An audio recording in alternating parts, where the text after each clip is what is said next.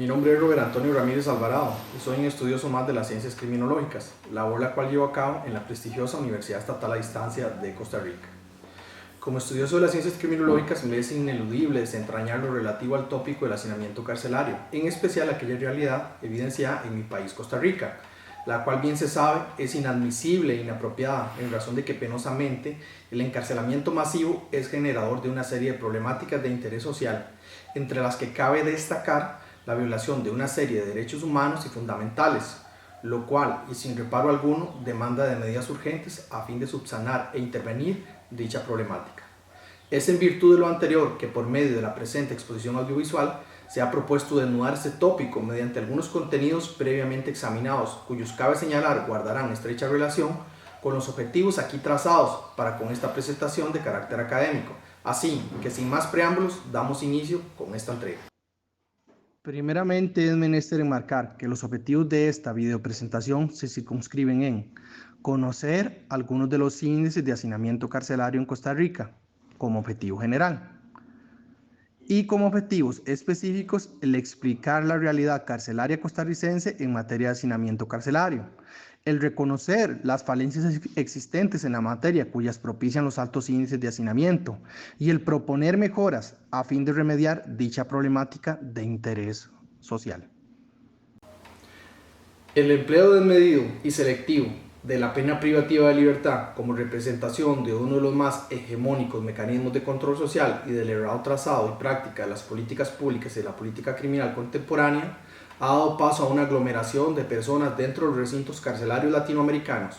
y en nuestro caso en el costarricense, estableciéndose en los distintos escenarios carcelarios, principalmente para las personas mayoritariamente excluidas, vulneradas, marginadas, estigmatizadas y menormente empoderadas dentro del estrato social, lo cual, y en buena medida, es razón de ser de un escenario de desmantelamiento social, de una doctrina de cero tolerancia y de mano dura, fruto de corrientes extranjeras como ejemplificación de estas, el populismo punitivo.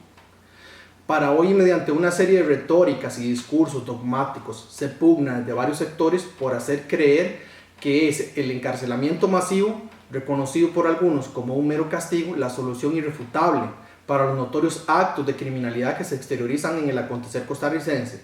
Esto sin contemplar que esta medida únicamente conduce al perpetuo irrespeto de la dignidad humana y de los derechos humanos y fundamentales que Costa Rica, y en condición de Estado social y democrático de derecho, se comprometió a garantizar mediante su Carta Magna y una serie de normativas supranacionales a las cuales por decisión propia se ha adscrito. Así las cosas, podemos aseverar que la crisis penitenciaria por la que atraviesa nuestro país es más que evidente, por lo cual se requiere y de manera multisectorial y multidisciplinar gestionar medidas urgentes a fin de remediar dicha problemática. De acuerdo con la información que a diario se nos suministra de distintas fuentes, a saber, la prensa, la Corte Suprema de Justicia, la Sala Constitucional, los juzgados de ejecución de la pena, el Ministerio de Seguridad, el Ministerio de Justicia, la Dirección de Adaptación Social, la Defensoría de los Habitantes, las universidades públicas, entre otras fuentes. Podemos aseverar entonces que el sistema penitenciario costarricense pasa para hoy una seria y preocupante crisis. Muestra de esto lo es el hecho de que la Sala Constitucional de la Corte de Suprema Justicia ha dictado sentencia en reiteradas ocasiones respecto a la realidad de los centros penitenciarios costarricenses y su sobrepoblación penitenciaria, causando una problemática de hacinamiento crítico, lo cual es generadora de atropellos y vulneraciones a los derechos humanos. Ejemplo de esto lo es la resolución dada Adaptación Social en el 2018 por parte de la Sala Constitucional, mediante la cual se le ordenó que en un lapso de 10 meses eliminara el crítico hacinamiento presente en el Centro de Atención Institucional Calle Real en Liberia, Guanacaste. En dicho centro se determinó que la capacidad locativa superaba el máximo permitido por instrumentos como las reglas mínimas de las Naciones Unidas para el tratamiento de los reclusos y las recomendaciones emitidas por el Comité Europeo para las problemáticas criminales. Es decir, en el CAI de Liberia, así como en otros del sistema costarricense, se refleja una clara violación a los principios y buenas prácticas sobre la protección de personas privadas de libertad en las Américas y de lo emanado del reglamento sobre derechos y deberes de los privados y privadas de libertad. Efectivamente, y a modo de ejemplo de la realidad de los recintos carcelarios costarricenses en lo correspondiente al CAI Gerardo Rodríguez Chavarría de Paso Real de Liberia, para ese entonces se presentaba una población de 1.433 privados de libertad, siendo que su capacidad máxima era tan solo de 958, dándose una sobrepoblación de 475 personas. De manera que la capacidad locativa superaba holgadamente el máximo permitido por las reglas mínimas de las Naciones Unidas para el tratamiento de los reclusos y las recomendaciones emitidas por el Comité Europeo para las problemáticas criminales, generándose así una problemática de hacinamiento crítico cuya incumbe a toda la sociedad costarricense. Esta problemática, anteriormente citada y evidenciada en el contexto carcelario de Costa Rica, trae consigo penurias para las personas privadas de libertad en el acceso a áreas como la alimentación, la salubridad, un espacio de descanso y convivencia dignificado, entre otras miserias más cuyas socavan el espíritu humano, la dignidad del hombre y sus derechos fundamentales, lo cual, y desde una mirada criminógena, brinda el clímax perfecto para internalizar conductas delictuosas, a la vez que no es congruente con la reformación y resocialización de la persona infractora, lo cual debemos de conmemorar es el fin primero de la pena privativa de libertad contemporánea, al menos en el papel así lo es.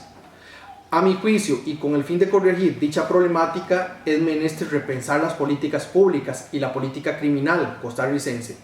para reducir la instancia y la propensión a la cárcel mediante la autorización y empleo de medidas sustitutivas a la prisión y mediante un reducimiento del sistema punitivo, a saber, y por medio de la derogación de tipologías penales análogas a los intereses de la hegemonía presente en Costa Rica y en aveniencia con corrientes ideológicas de corte extranjero. La pena privativa de libertad ha tenido sus desaciertos durante el correr de los años, debido a que en buena medida ésta se ha concebido como un castigo y no como un tratamiento, deshumanizando así la finalidad más objetiva y ecuánime de esta pena, y por ende despojando al individuo de aquello de lo cual es merecedor por el simple hecho de ser un ser humano con condición de dignidad. Si bien la pena privativa de libertad es para hoy relativamente más humanizada en comparación con los inicios de esta, en donde las penas corporales eran lo básico, eso no debe conducir a que se desestime a quienes para hoy conforman parte de la población carcelaria costarricense. Cabe mencionar que lo hoy aquí manifestado son solo algunas opiniones e indagaciones respecto a la materia del hacinamiento carcelario y causantes y derivaciones dentro del contexto costarricense. Empero mi postura no es insuperable, más aún se espera sirva de provocación para una discusión mayormente profunda respecto a este tópico cuyo debe de ocupar a una multiplicidad de profesionales. Espero, y lo hoy aquí comprendido, haya sido beneficioso para con el buen instruirse en la materia. Nos veremos mediante una nueva presentación audiovisual. Saludos cordiales.